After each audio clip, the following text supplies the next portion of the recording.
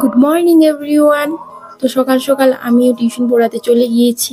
আজ বৈশাখের সপ্তমতম দিন, আর বৈশাখ মাস পুরোপুরি বোঝা যাচ্ছে। সকাল সকাল এত রোদ, আর গরমটাও প্রচন্ড। সকাল থেকে ফ্যানের বাতাস না নিয়ে তো থাকাই যায় না।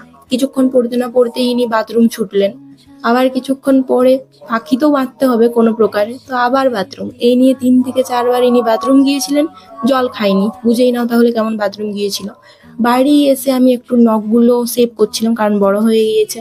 তারপরে একটু কলকা প্র্যাকটিস করে নিলাম, কারণ অনেকদিন বন্ধ হয়েছিল, আরো কিছুদিন বন্ধ হবে, কারণ আমি মামা বাড়ি যাবো।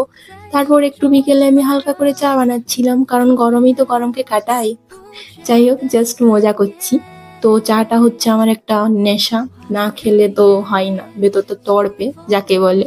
তো যাই হোক, চায়ের সঙ্গে আমি আবার ভরে ভরে বিস্কুট খাই, মোটাতে তো হবে নাকি। তো যাই হোক, এই হচ্ছে আমাদের চিনি মিষ্টি। দেখতে প্রচন্ড কিউট লাগছিল। আমাদের এখানে বজরংবলী মেলা বসেছে, তার জন্য এত